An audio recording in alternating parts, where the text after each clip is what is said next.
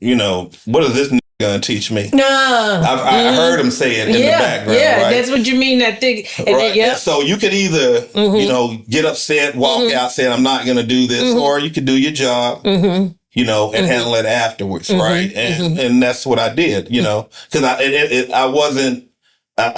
it wasn't the first time I've heard the word from someone that didn't look like me, right. So especially in when you move to Grand Prairie, you have quite a bit of it. You heard quite a bit of it all the time, and so it kind of prepared me to deal with the things I've seen in corporate America. Welcome to Black Aristocrat, where kings and queens beam and get seen.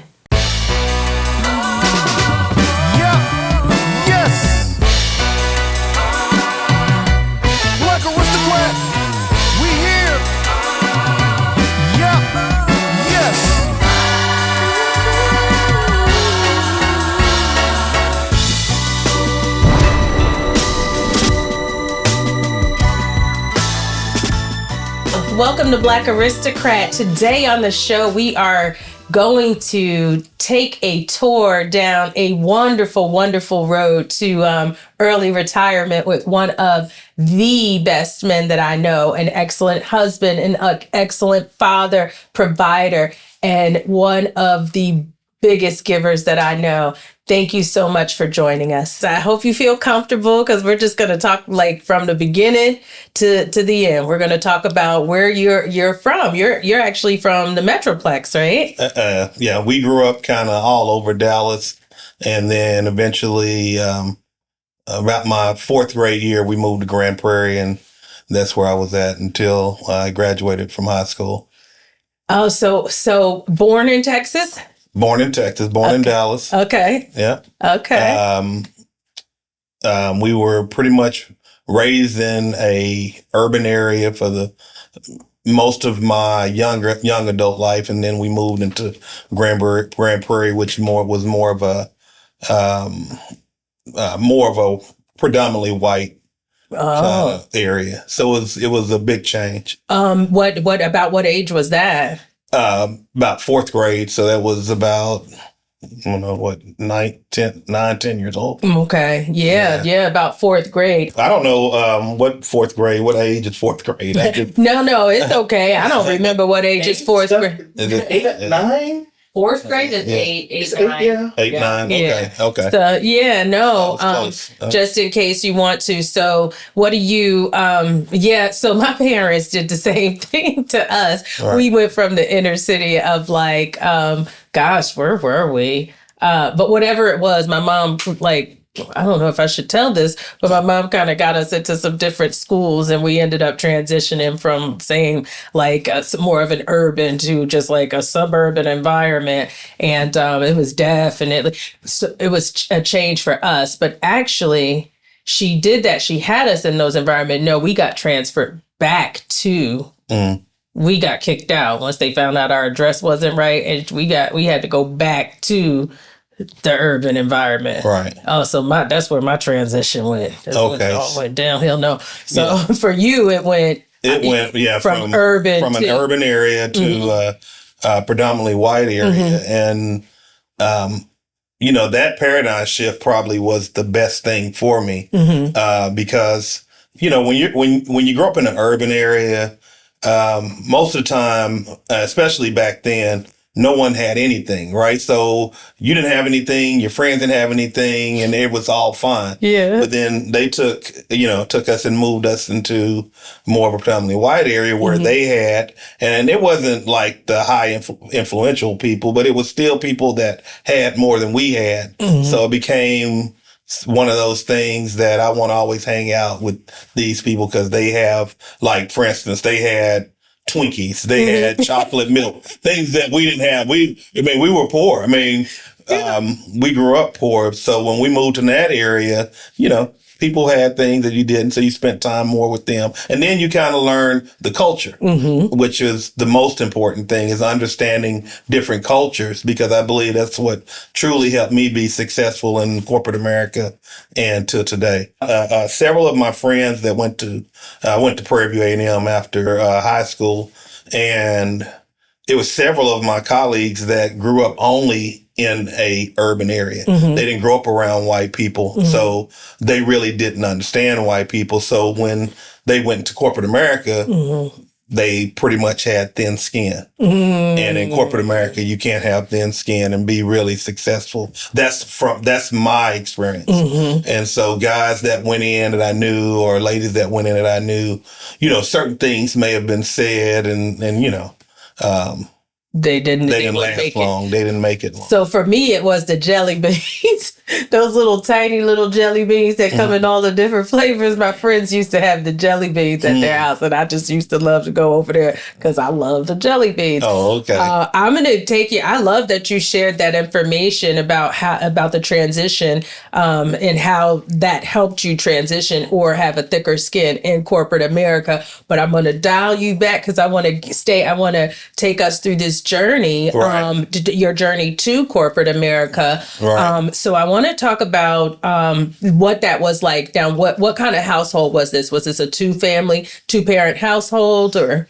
Yeah. So I'm gonna tell you the good, bad, and ugly. Okay, right? and that's what I need. I need the what you authenticity. We can edit anything. Okay. So I have an older brother and a younger sister, and who I grew up with.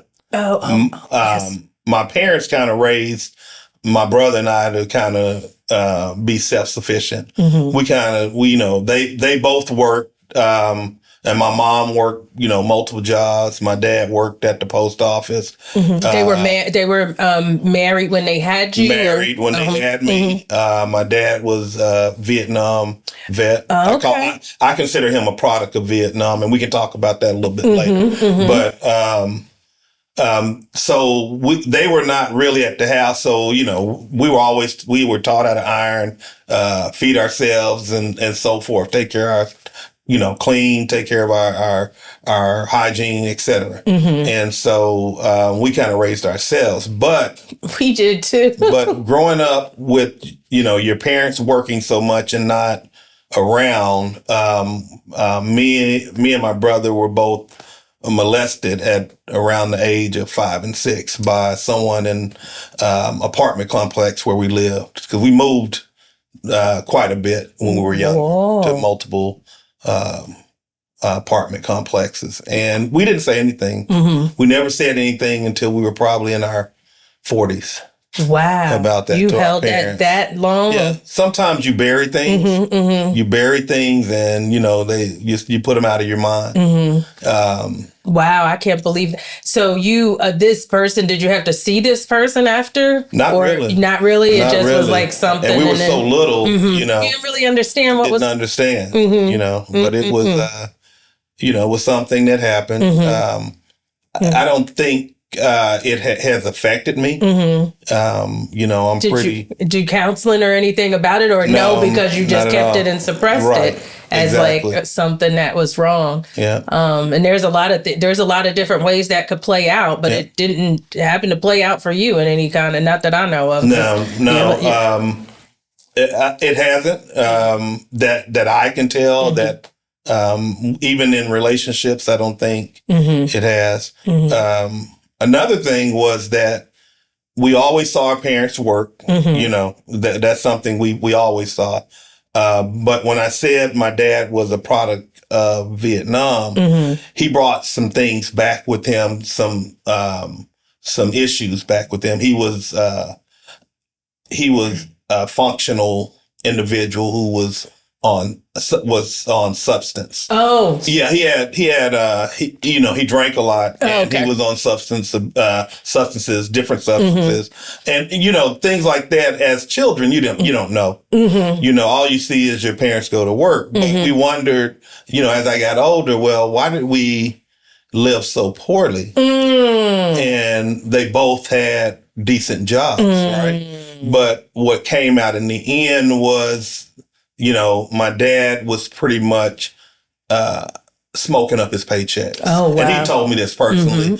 And we had a long face-to-face talk. And so my mom was holding us down, with what she could do. Wow. And, so growing up was challenging. Mm-hmm. And then especially you move to an area where you have people that have, and you're wondering why you don't. Right. And I remember I've only gotten one whooping, what we called it, by my mom.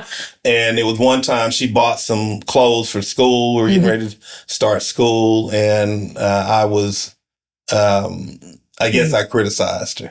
And I said, why do we keep having these clothes, these no-name clothes, no brand name, so forth. And she got really upset. And I really didn't know why she she started hitting me until when I was older and I understood that she was doing the best she could do. Right? Yeah.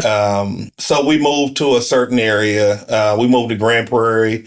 I met quite a few people. I was one of those kids that was very popular in high school. I played sports. I was an athlete. Okay. And your dialect changes, right? You come from one area. Yeah. We just talked about it. What was it called? Code switch. Code switching. We did. I just learned that word today. Code did you know it? No, I did not. We just learned it. I'm going to ask you about it, but tell me about the dialect. It's like, I totally get you. Like, I totally understand what you're saying. Right. Like, you mean like that? Well, it was more of, I spoke, when I was in my urban environment, I spoke the way we speak to one another. Like urban slang, maybe not very good subject-verb agreements. Yeah. But, and then I moved to this area where I'm around, majority white people, and you're just learning proper English. You're like, is your mom picking you up today? Yeah, and then I would be criticized when I would go back. Yeah. To cousins or friends in the urban areas, like you talk white. Yeah, and I'm like, what's talk white? Oh. And I'm like, what do you mean I talk white? And really, they wanted to say you talk proper. Yeah, but they you called think it you're talking better. white. Yeah, they would say to us, "You think you're better?" Yeah, and I'm like, well, whatever, So when I left. When I left high school and went to college, then you're leaving this predominantly white area, and I went to a predominantly black. You went to HBCU. On right? top of it, you went to Prairie View. Yeah. So. Do you like hello again? Yeah, which is that's a whole story in itself. Yes. But and when I went to Prairie View, it was more of it was a culture shock. Right? Because I dressed like I dressed in high school, which wasn't like how urban kids dress, right? They were like, this guy dresses funny, he talks funny. But, it was a group of people that accepted me. These people were from Chicago. And Chicago people talk, pretty proper. So we were all, and that's who I started hanging out initially at Prairie View. In Prairie View, I think I've always been like an entrepreneur at heart because, I started mowing grass at the age of probably 10 to make some money. I started washing cars in the neighborhood to make some money. Wow. I started, McDonald's was my first job, me and my brother, but again, we saw our parents work all the time. You worked at McDonald's? I worked at Burger King and Wendy's. I worked at several places, believe me. The Naturalizer, I was, working with women coming in with sweaty feet, pulling these shoes off, their feet were swole. You got to tell them, that looks great. Those shoes look great, but to make a sale. But I had several jobs before I went to college. But, that's hilarious. I'm so sorry. I met some really good people in college that helped shape me. I also found myself being lost on who I was as a black man. And the guys that I met that were from Chicago, they were all part of the Nation of Islam. Oh, okay. So I started going to the Mosque 45. Mosque 45. I ended up joining the Nation of Islam. And I think I did it more to find out who I was as a black male. And they really teach you about who you are as a black male.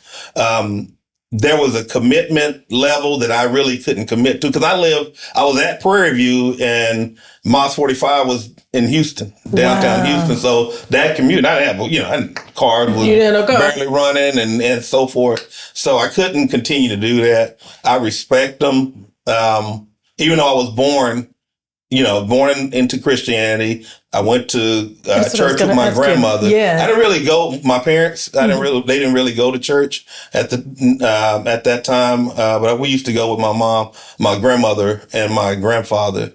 And that's exactly what I was going to ask you. So, how did did you go to church growing up? And so whenever we went over there, and sometimes we spent the summers over there and so forth. But we were younger, right? I know when I was in high school, I had a friend who was a Buddhist. I went to one of these Buddhist temples with him. So I consider me trying to learn about all the religions. Yeah. Even though I know I'm a Christian. Yes. And even when I left the nation, I was still looking for a Christian church to go to. But I was more judgmental. Right. Because there were pastors that would put down other denominations, other religions. Yes. And I wasn't looking for that type of pastor. I was just looking for someone who I felt was open to all, didn't have to put someone else down to build them up like a lot do. And then we found this church called Church Without Walls, and Ralph West and is that's here?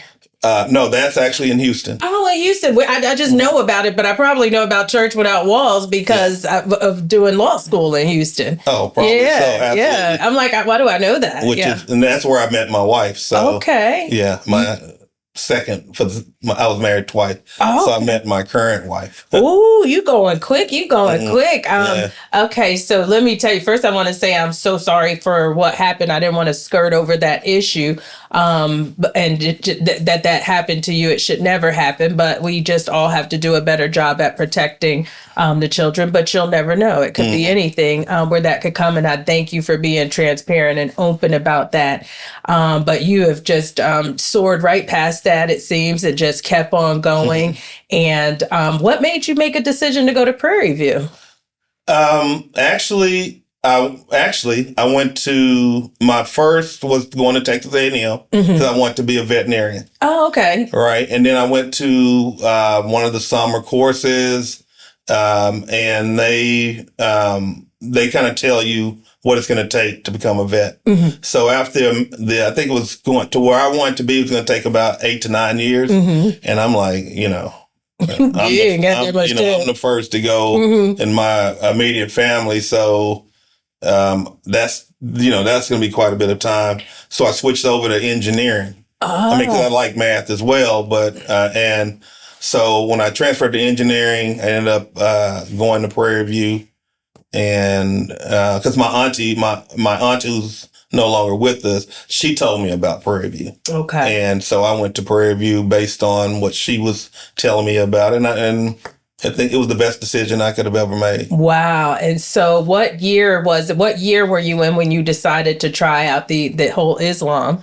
What year were you in college? That was my sophomore year. And when I met these guys, and when I started going, met the guys my freshman year, but I started going my sophomore year. Okay. And I went there probably for a solid 2 years. I know my family's so crazy. My grandfather was they did the whole Jehovah Witness thing. And so we actually were doing like Watchtower and wakes and like going door to door and all that stuff. And then because I guess there were 7 girls, 1 boy, they didn't like it. So they all went to like Islam. And I know there's like under Elijah Muhammad, and then there's like the Prophet Muhammad. But which one were you like, more the Farrakhan or more Farrakhan? Okay, the Farrakhan. Yeah, Farrakhan, the Nation of Islam. Yeah, the Nation of Islam. Yeah, so that's what I was getting at. And so they went down there that round and they kind of changed their names and did all that. Mm-hmm. And so, yes, it comes. And they, of course, they went to the masjid so this is so interesting because I never knew that about you. Yeah. So, and so what did that do for like your dating life? Were you allowed to date in Islam, or how does that work? I don't remember. You can date. That didn't change anything. I really wasn't per se dating at that time. I was pretty wild in college. You were pretty wild, because you did become an alpha, so we're going to get to that. Okay, because you did become an alpha, and back then you actually had to do something to get into fraternities, right? Yeah, but this was, even before that, I was pretty wild, and not my favorite. Yeah.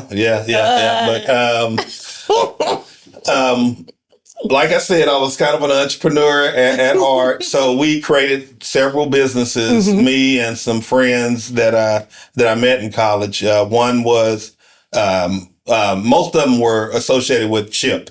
And CHIP was combating hazards and poverty. It was the acronym, combating hazards and poverty. Mm-hmm. And basically what we were doing there is trying to educate the youth. We were going down, feeding, the disenfranchised in these, even homeless people underneath bridges, and we would take clothes to them, take food to them. And in your college? This is while we were in college. Me and a couple of guys did this. And so did you do it as a nonprofit, or you just kind of formed this? Yeah, we formed this group, and we started doing it, and we just started, and we did that. We did that all the way until after college. So you just always had a heart for giving. I did. Wow. But then, part of me, I was a hustler. Again, the hustle part came from not having and being around people that had and wanting. And, some things I did that, it made me who I am. I'm not going to say I'm not proud of, but it made me who I am. Yeah. I consider myself pretty much a complex person, but, we had a computer, we sold computer equipment. We had Rottweilers, we bred Rottweilers, all under the CHIP name. And, we even had a exotic male dancing group back in college. Called Chip, and we were called the Chocolate Chips back then, and it was 6 of us, and it was a way to make money, and it was pretty wild time. It was a pretty wild time. Oh, you made me laugh. Chocolate Chips. That's actually how I met my first wife. Because I know my current wife wouldn't have. She wouldn't have let you be a chocolate chip. We would have been totally opposite. That wouldn't happen. But like I said, but that was back in the day, and but we did, like I said, anything we could think of to make some revenue. we made some revenue. Listen. The thing is I'm over here dying, but I know what it is to grow up in the hood, because I literally did my little Burger King and my little bids and did my little tricks at Kmart and stuff like that. To try to figure out how to make a little money, a little change, because I was making $3.35 an hour back then, and then it got a little raise. Minimum wage. That's something. That's crazy. What the minimum wage was. So just imagine doing that, and then so I know exactly what you mean. And so I did little tricks, tricks myself. It's like, tricks for kids. I did little tricks myself, I have to tell you. Yeah. But I love that you shared that story. So that basically means that you've just always been on your grind. Like always. Just always been on your grind. Yeah.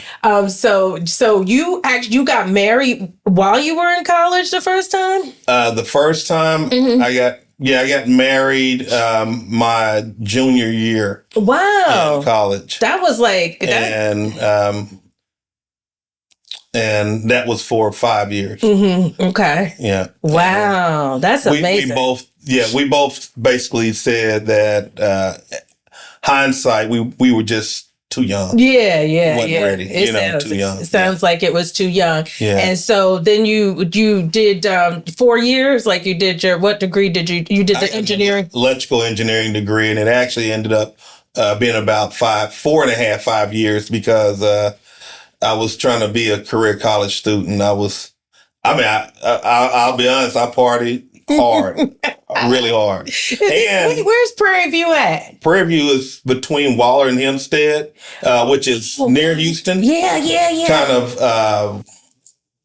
I know where Waller is. Southwest of Houston. Okay. Yeah. Because, actually Overstreet, I think he was in Waller County and he just passed away. But when I went to Texas Southern, I just knew about that whole Waller area. Mm-hmm. Yeah. So I didn't, but I couldn't like place it in my mind. Mm-hmm. Wow. So they had like partying and stuff going on, or y'all had to go to Houston? You got to think about, you're out in the sticks. It's nothing around that area, right? You're just out in the sticks. No, you're far away from a major city. So that's all you did. You didn't have anything else to do with partying. We partied hard, really hard. Sounds like it. So you went ahead. So did you start out as electrical engineer or? At Prairie View, I started out as electrical engineer. Oh, okay. But veterinary was what you thought about first when you were at A&M. Yeah, exactly. Okay. And, I never drifted from that. I finished. I probably should have finished in 4, but again, I paid for my own schooling. Oh wow! I initially got a student message. I initially got a student loan, but my parents needed my payment for the next semester, overpayment. So I gave them that money and they said they would get it back to me and they never did. So I slept out of my car for about a year. And then, I would go to some friends in the dorm. They let me use their shower, but I slept in the car for the most time. And it was just, again, part of it. What I didn't want to do is come back home. Because I already knew if I came back home, I'd get a job and not go back to school. Wow. And mom was like, well, just come home. And, once you save some money, you can go back to school. And I said, no, Mom, I'm going to stay down here and party like a rock star. Make a way. And through all the hustling and, and partying and just life, life, I made it through. I remember I was walking in the engineering building and one of the counselors said, Vernell, I was like, yeah. She says, you only need like 18 hours to graduate. I was like, really? So I just took all 18 hours. That's how I used to rock it. But not an electrical engineer. And finished my program. So this is so crazy because that's not an easy program to get through. No. So you managed to party and do your work. Right. Right. So that's the message here. That's the key fact. Yeah. Partied and did your work because it can be done. You can do both, right? You can do both. And then so when did you pledge? Like how did that whole thing? Because I didn't have traditional college, so I'm not like I'm not. All of my friends are like everything, and I'm the only one who's like nothing. No sorority. I would say because of some of the activities that I was doing in undergrad, some people didn't like it within the fraternity. So I ended up pledging or joining Alpha Alpha afterwards. Okay. So, it was kind of complicated. Okay. It was kind of complicated, but it was still in my heart. I was, it was positive people I were around. A couple of my best friends are alphas, and then it was some really positive people I met on campus. And it's something that I never looked at any other organization other than Alpha, and so I was going to do it regardless. And I mean, now you're like a lifetime. Yeah, I'm a life member. Yeah. I do a lot with the Brotherhood, and we do service events. We always are giving back, and we're about helping people and servicing people. So yeah, I didn't even know much about it until that new Pearls of Ivy or something movie came out on Amazon recently. For the AK? Yeah. And then I call your wife up and I'm like, girl, why didn't you tell me all this about the sorority? And she's like, I asked you if you wanted to, and I said, when? I don't remember you telling me anything about that. And she was like, oh, Alicia, I told you about it. And she's like, oh, so it's just so funny because I'm like, well, I didn't know. I knew that they existed, but I don't think have until that movie came out understand like the whole sisterhood and the community and the service and that it's just amazing to belong to those organizations. Right, it's 9, what they call the Divine 9. There's 5 fraternities and 4 sororities. Okay. Alpha Phi Alpha Fraternity Incorporated is the first, founded in 1906, and then AKAs were founded, and Alpha Kappa Alpha was founded in 1908. And then you have 0608. Right. And you have the Omegas, the Kappas, the Iotas on the fraternity side, and you have the Deltas, Zeta Phi Beta, and Sigma Gamma Rho. Yeah, so they said, because like when I was watching the whole Usher like Super Bowl thing, they were like, oh, they brought out the Divine 9. And I was like, where? Like, I couldn't see it. Like, so Usher, see what people could see. He had the guys that came out there with the canes, they're Kappas. Okay, because the Kappas do the canes. I saw that at HBCU. That's the one thing, but I didn't go to graduate school, so they're really depending on what campus, because Kappas do the cane, the Sigmas do the cane, and some Alphas do the cane, depending on what campus you're on. Yeah, but Kappas are known for using their canes, So they said they brought out the Divine 9. So he brought out the Divine. He brought the guys out with the cane, and then who else did? I didn't see any other than the Kappas that were up there. Okay, I couldn't tell. I just looked at it. I was like, where? I was like, well, I guess you got to be in it. You know it if you see it. So Prairie View, you did undergrad. Did you only do undergrad, or did you do graduate school as well? No, I only did undergrad. Really? Yeah. In your to date? I didn't want to do anything more than undergrad. Engineering is hard enough. But I never had any aspirations to get a master's or a doctorate. Wow. Man, to achieve the levels that you've achieved, man. I mean, this is message, y'all. This is good. This is good stuff. Yeah. So you graduate and you get a job right out of school? Yeah, so I graduated with a 3.1 grade point average.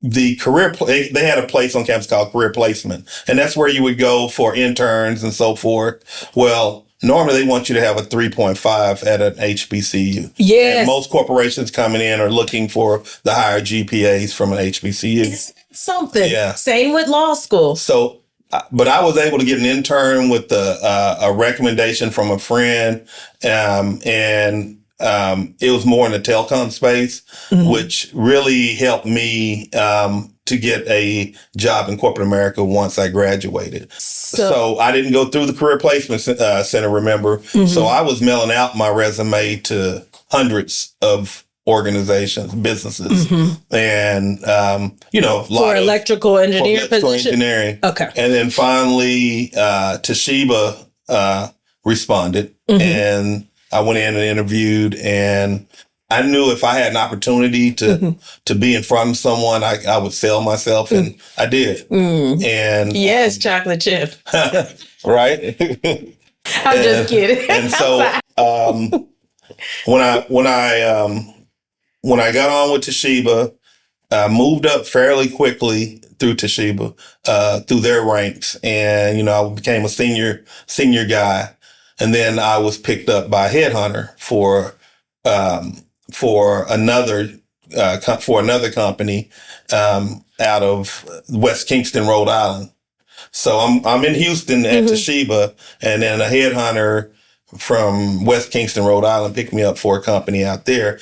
The thing was, when all I said is I just want to make as much as my parents, or more, just a little bit more than my parents. My mom was probably making 30-something thousand. My dad was close to the same thing. When I graduated from college, I was making $36,000 at Toshiba.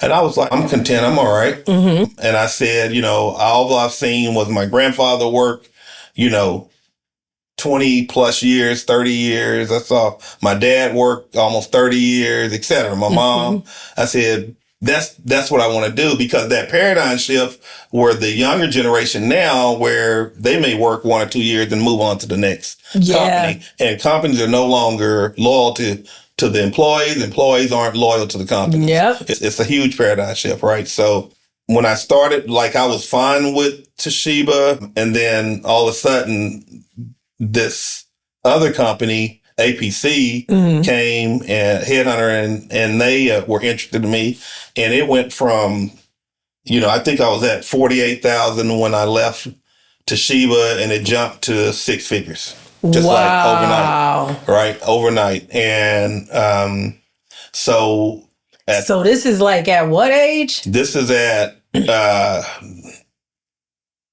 30. Oh, that's amazing. 30, yeah, right? you're killing it. It's when I started with APC. And so I worked with APC for 24 years. So I did 5 years Toshiba, 24 years at APC.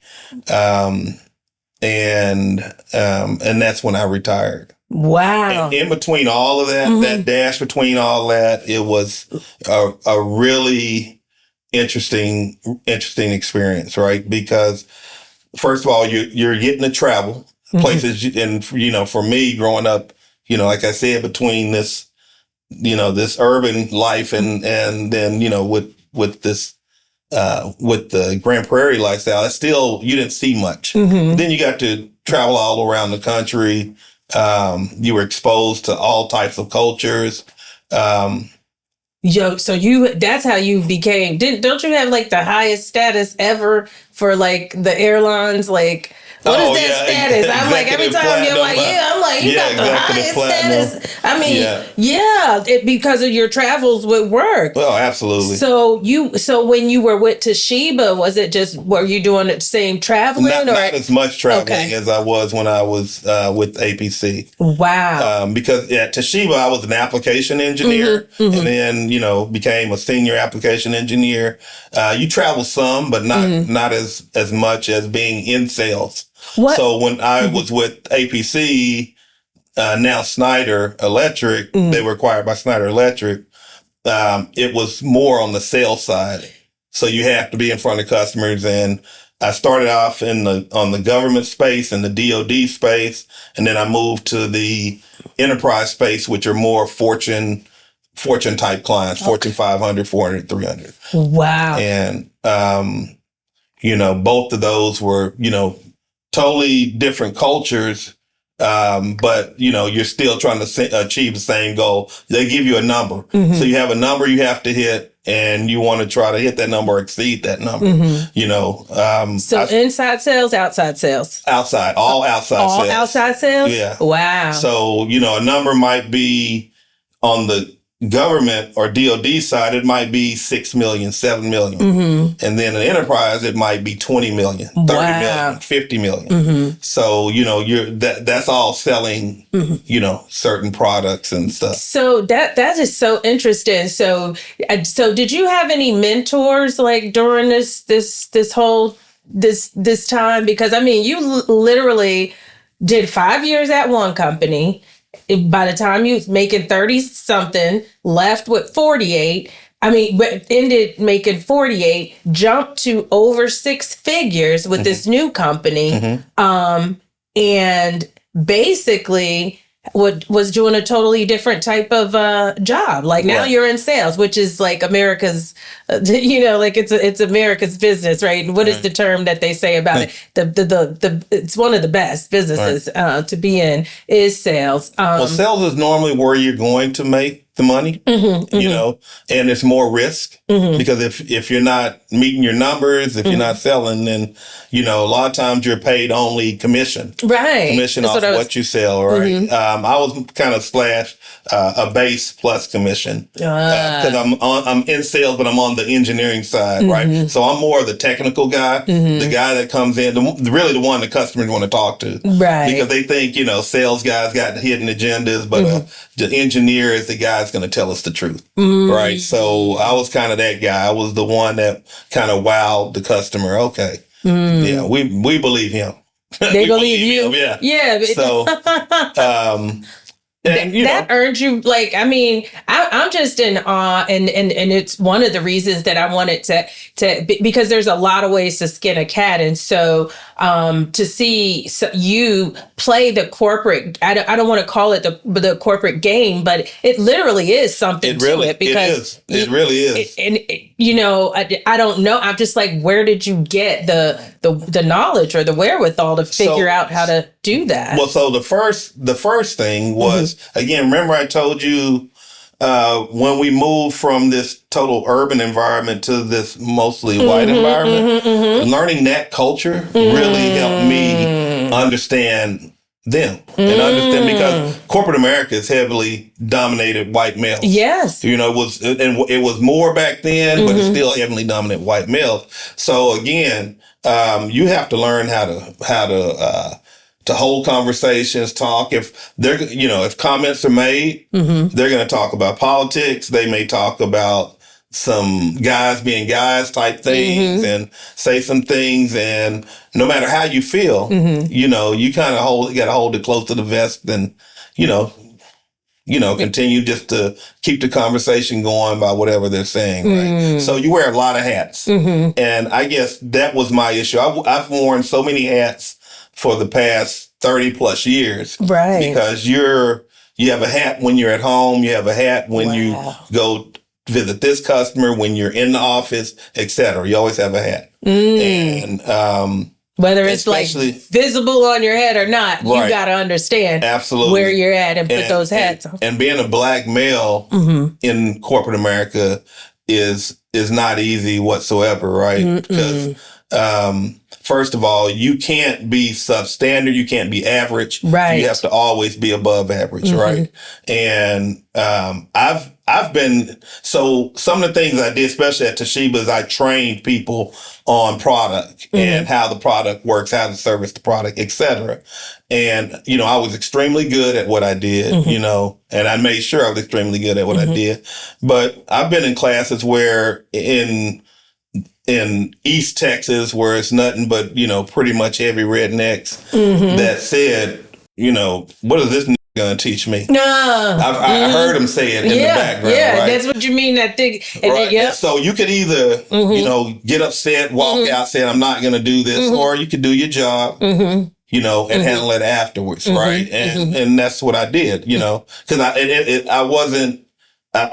it wasn't the first time I've heard the word from someone that didn't look like me. Right. Right. So especially in when you move to Grand Prairie, you have quite a bit of it. You heard quite a bit of it all the time. And so it kind of prepared me to deal with the things I've seen in corporate America. So, I mean, this is just this is terrific. I'm into it, but I've been into everything because this has just been a fantastic day. But this is just a lot more information. This is a lot because I haven't taken the corporate route. What I can say about me and corporate is when I have gone inside, I know enough to know how to excel or to move or for someone to promote me to something else. Right. If I go in and I'm basic, I'm going to end up being the team leader. Right. Or I'm going to end up like when I did go in for the short stints when I wasn't doing entrepreneur, I always figured out how to, to get to that next level. But I never got to the money that you got. I mean, you got to the bag, baby. I did meet some guys who helped me take, I had a pension and 401k at Toshiba, but you only get vested at 5 years, and I just barely got invested. Okay. But when I went to APC, I had some guys that helped me, help me place my my options in my 401k. So it really helped me, and they kind of told me you should probably max out your 401k or put this percentage of your 401k. And that really helped me grow my 401k. And 401k is basically, I look at it as a savings plan for you. Right. If you don't do a 401k, nobody's doing the pension. Right. There's no pensions anymore, right? That's Did you correct. have a pension? No, I don't. Not you anymore. Saved it. Yeah. Right. And so, so from that perspective, I had someone kind of walk me through that part of how to take that and select my options, because you normally would move it every so often, right? Because something may not be growing or something, etc. Right. So that did very well for me throughout those 24 years at Schneider. But I also had started my own company. Okay. I want to go back for a second just before I go to so you remarried at some point. You were married for 5 years, and then where were you in your career at that point when you remarried? And I'm a double whammy it. And do you think marriage had any effect on how you operated within that corporate structure? So, I got married. Like I told you, I got married my junior year in college. And then about my third year with Toshiba is when we divorced. And my last year with Toshiba, my fifth year, is at the very end is when I remarried. So when I left Toshiba and started at APC is when I remarried. Okay. And when I remarried, I was in Houston. And the job was in Dallas. Oh, okay. I worked from my home. Okay. So I go from working in a cubicle environment to working to a home office. Okay. And I worked from my home office. It didn't even have to be COVID. Then, wow. Right? Okay. And so we moved back. We moved to Dallas. We got married, moved to Dallas, and then we moved out to where we live currently. Wow. So, because if I take a year, you guys met in Houston originally. We met in Houston at the Church Without Walls. Okay. Yeah, that was funny because we were in new orientation class. Oh. And I was in the back, she was in the front, and it was a lot of people in there. And I just saw this lady kept, giving the teacher a hard time, question him about everything he said. And I kind of looked around and I was like, I need to say something to her. I don't know what put it on. I know it was God put it on my spirit. So I spoke to her and, we spoke. I introduced myself and that was pretty much it. And then I thought about it. I said, you know what? I need to get her number. And so I chased her down and finally got her number, and that was it. And then that was it. Yeah. And then how many years you got now as a marriage? Going on 24 years now. Okay, so literally you got married right before you started this new job. Yes. And I mean, so she just came. It was like all the way. Absolutely. That was good all the way up because your trajectory was going this way, and she's a phenomenal woman. That's she really is. Yes. Yeah. And so my question, was, do you think that the marriage, being married, being in that space helped keep you focused? Did you think it had anything to do, or you were just going to do that anyway? I probably was going to do that anyway. I'm very OCD, so I probably was going to do that anyway. Yes.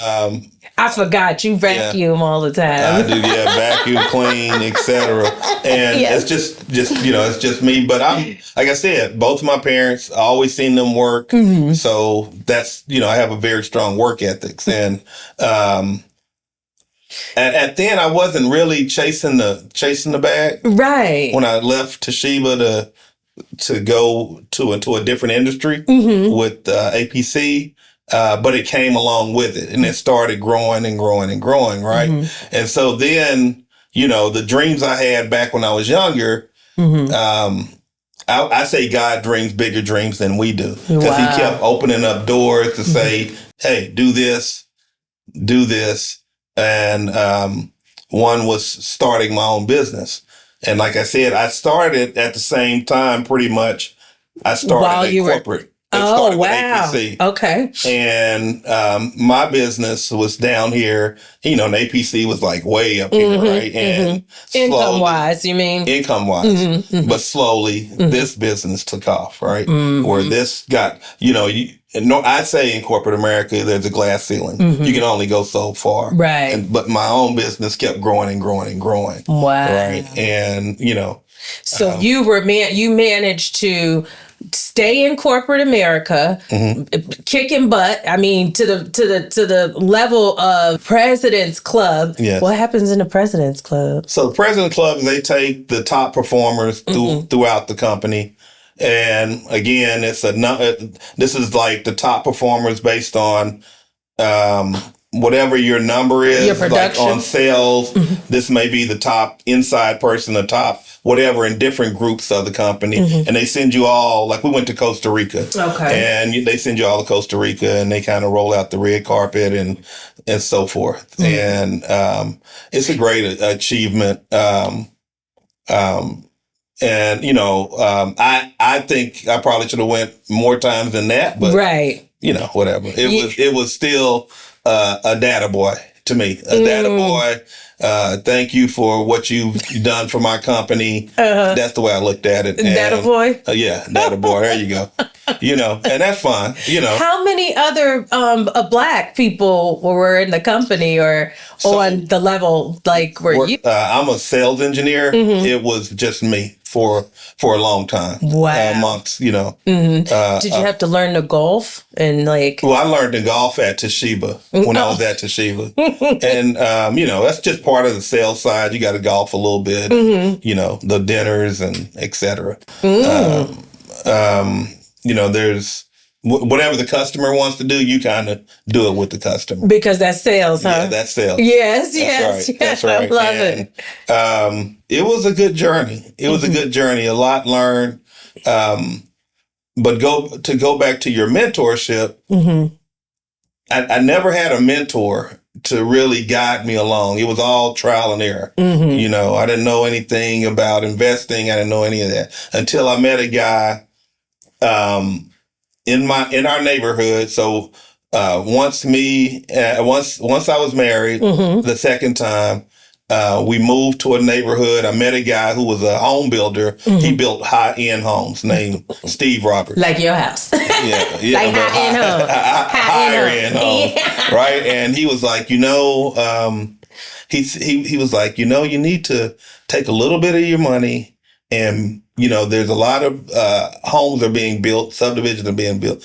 Put a little money into these subdivisions, like you might invest $5,000, and then once you get a return on that, take that and put it back into another division. He said you really want to get into real estate, and really he was kind of my mentor on what I should be doing with my finances. Okay. And I started with him. Then I met a guy who was the president of a bank. And this is a Black guy. The first guy is a white guy. The second guy is a Black guy. And he started helping me with what I should be doing with my, with the money, with my investments. He kind of looked at my whole portfolio and he was like, you have done very well for yourself. And, and I'm like, first of all, I was, compliment coming from him because he sees all types of people and deals with all types of people.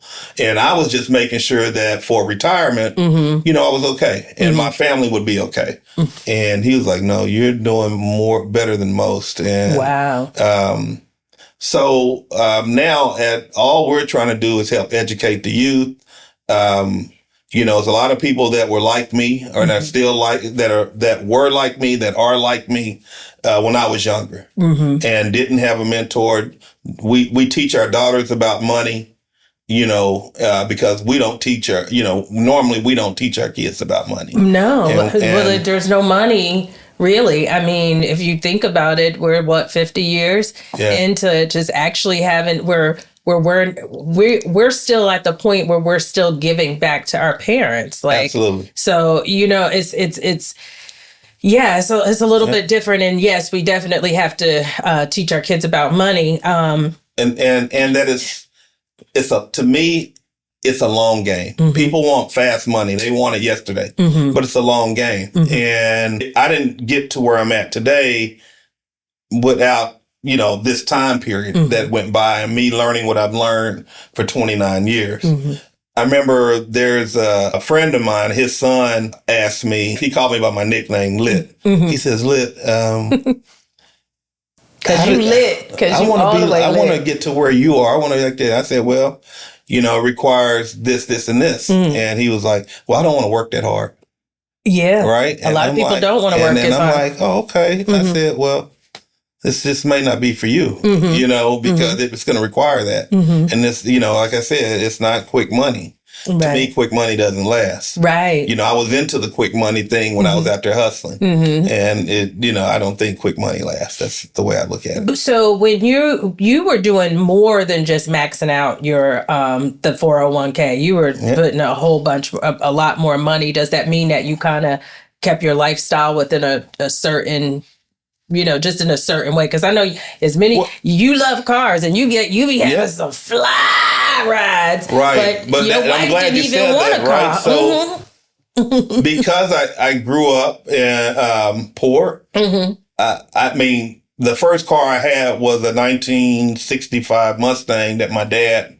No, 1975 Mustang that my dad gave me. And it was kind of a fixer-upper.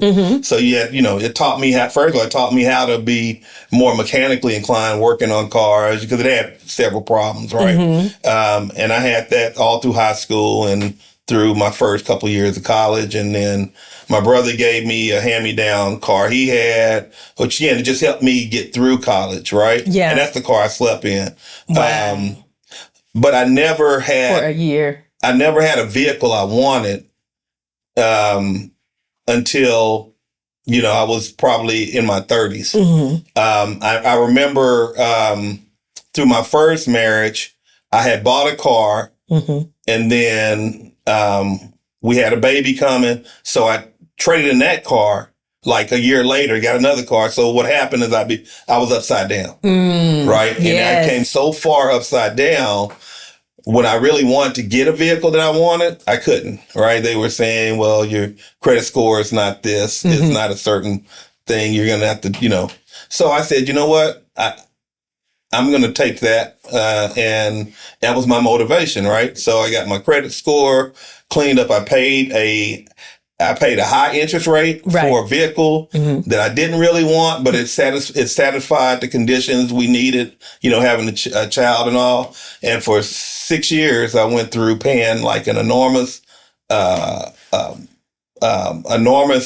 of money for that vehicle per month until it was paid off. And then my credit slowly started building, and now I have almost a perfect credit score. There's pretty much nothing I can't buy. Right. But it's important for these younger people to understand that your credit is one of the most important things you can have because you have a good credit score, you can have anything you want to have. Pretty much. Yes. Right.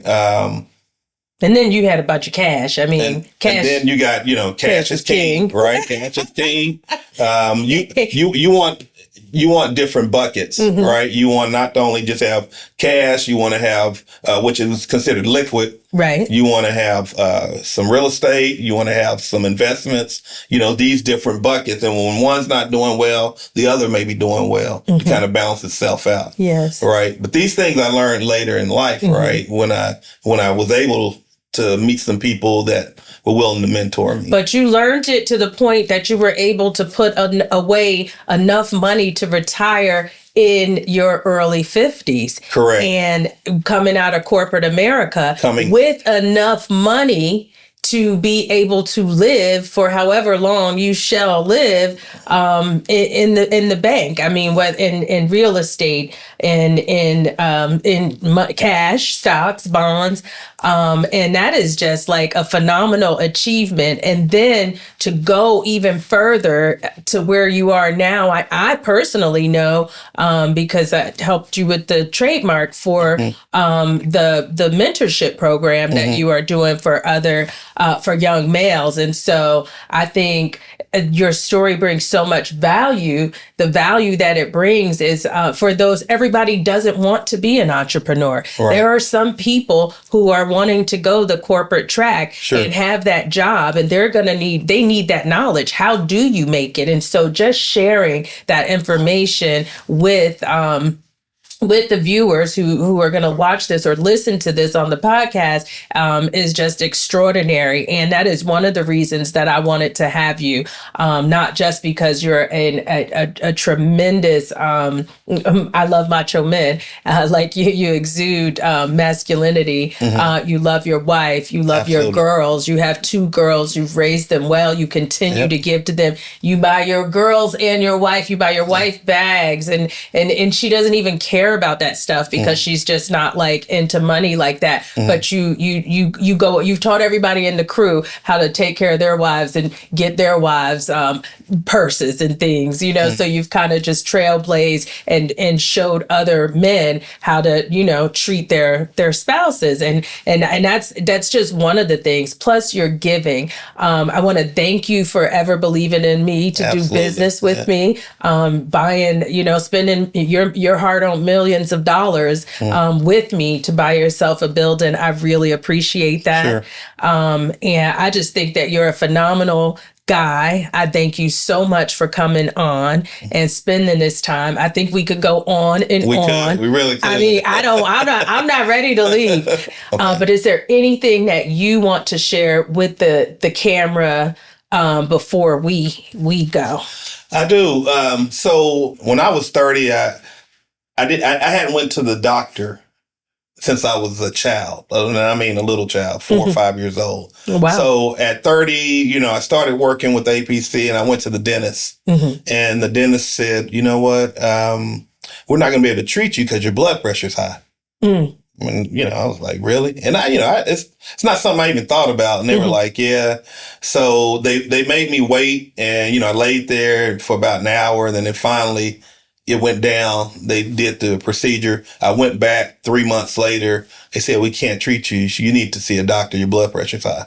So I went in to meet with the primary care physician. So he did a workup on me. He was like, yeah, you have high blood pressure. And, and I've always worked out. So I worked, I was like, well, I can beat that. I said, I can, I'll just work out a little harder, do a little more cardio, et cetera. And they were like, well, we need you to see a nephrologist because we believe you may have kidney issues.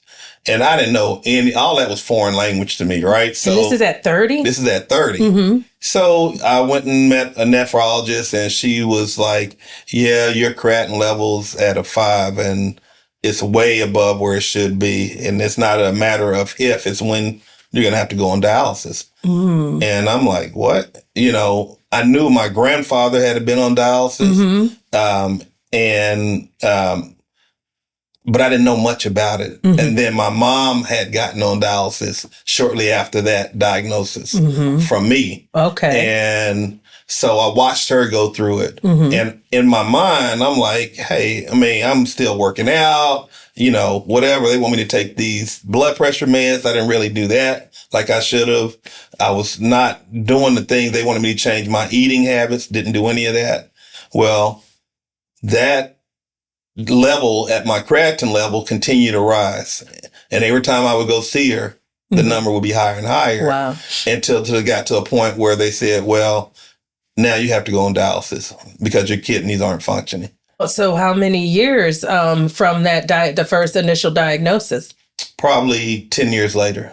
10 years. 10 years later. I've seen you work out every day. I've only known you to work. Yeah, I've only known you to work out every day. And so you don't eat bad and yeah. As Black men, we don't go to the doctor. And that's an issue, right? Because I found out, if I would have found out about my blood pressure when I was younger. And paid more attention to it. Attention to it, I probably would have prolonged this issue. Now, this is hereditary. My kidney issue and my hypertension, my high blood pressure is hereditary, but I could have controlled it better. And before I had to go on dialysis, I probably could have prolonged that.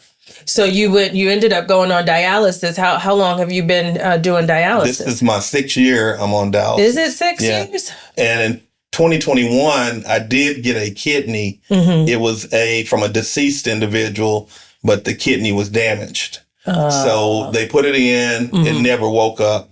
That's what the term they say. It never woke up. And when it doesn't wake up, you have to continue to go to dialysis. And so I have a kidney in me, which is what they consider a foreign object. So I take a lot of medication for it to stay in me and my body to, not kick it out. And so I still have it in me. It doesn't work. But I've been on dialysis again for 6 years. And initially I was depressed because I'm like, why me? Why me? And I probably stayed in the bed for about 2 weeks and didn't want to get out. And then something just hit me. Hey, you have a family you have to be here for and take care of. Get it together. And I just changed it just totally the next day, got up, started going back to the gym, got my mind right. And so now it's just a lifestyle change. And we didn't even get to talk about your relationship with God through the whole thing. Oh, absolutely. And I think, I'm glad you said that. I think that's what he used to get my attention. Because like I said, I was wilding. I was out there drinking heavily, all of this, right? And I think the issue with me having to go on dialysis and my hypertension really is what got my attention and made me slow down, focus, and, really focus on my life and living right. So right now, you still need a kidney. Absolutely. And so, so this is Kidney Awareness Month. And so my guest has actually shared something so personal. And I thank you for sharing that with us. You're welcome. We need to make kidney awareness. And so if there is anyone out there that has ever considered donating or getting tested to be a donor, please do contact your, how do they contact? You can go online. There's sites for kidney donors. There's right now 93,000 people that are on the list, on the waiting list for kidney. Wow. Right. So the demand is much, much bigger than the supply. So if a person finds that in their heart that they want to help a person live longer or donate one of their kidneys, I would recommend them to go online, and there's different organizations that you can fill out an application. Not everyone will be able to donate. Like there's certain things you can't have, high blood pressure. There's certain criteria that you have to meet just at the very beginning. Kind of see if it's a match. Yeah, they have to get their blood type tested to see if that's a match. Because you want the best kidney for that individual, right? Right. To see, because you want to last. Okay. Kidneys can last, all types of time. Some only last a few months, some last 20 years. Wow. It just depends on the individual, how he takes care of the kidney, if his body doesn't reject the kidney, et cetera. Yeah. Well, I just recently stopped drinking, I guess last year sometime, mid last year. So I don't know. I'll get tested. That's the only reason I didn't want to give anybody a drunk kidney, nothing like that. But that's the only reason that I have not considered or just done anything. But I do want to get tested and just to see. But the thing that is a struggle. We all have struggles. And so that just seems to be your pain, one of the pain points right now for you. What I find that is so interesting about this whole thing is that you were prepared. You're prepared.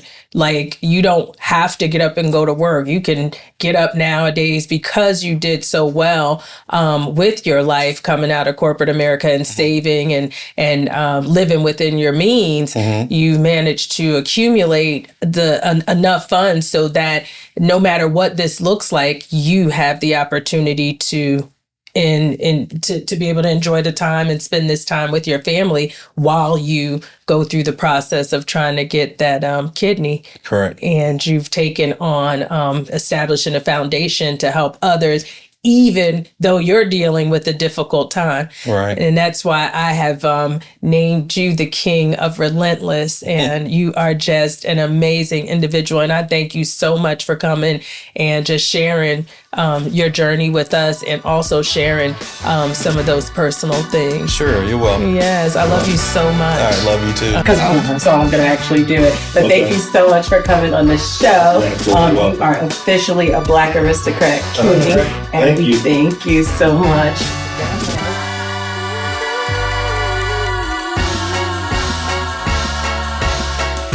Thank you so much for joining us.